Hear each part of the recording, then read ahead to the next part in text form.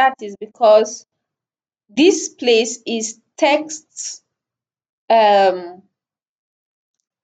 while here are numeric. So the count works best for numeric values, right? While if you want to count values that are character based, then use the count A.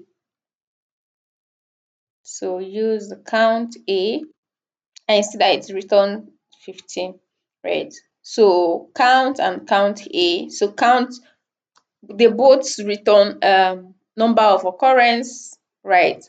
But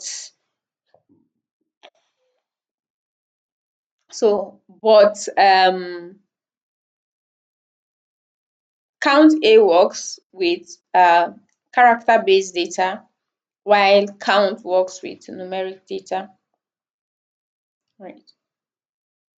Then let's look at if